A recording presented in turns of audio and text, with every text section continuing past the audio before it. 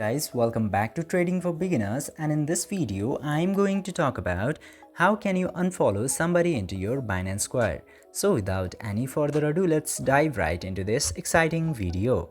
Now in order to do that, just simply open your Binance application, and after opening the Binance application you just simply have to tap into this yellow Binance logo into the top left corner.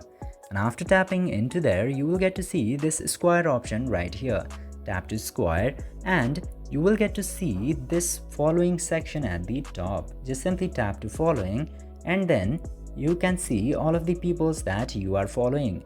Now in order to unfollow, you can tap into this following option and see all of the following peoples into column.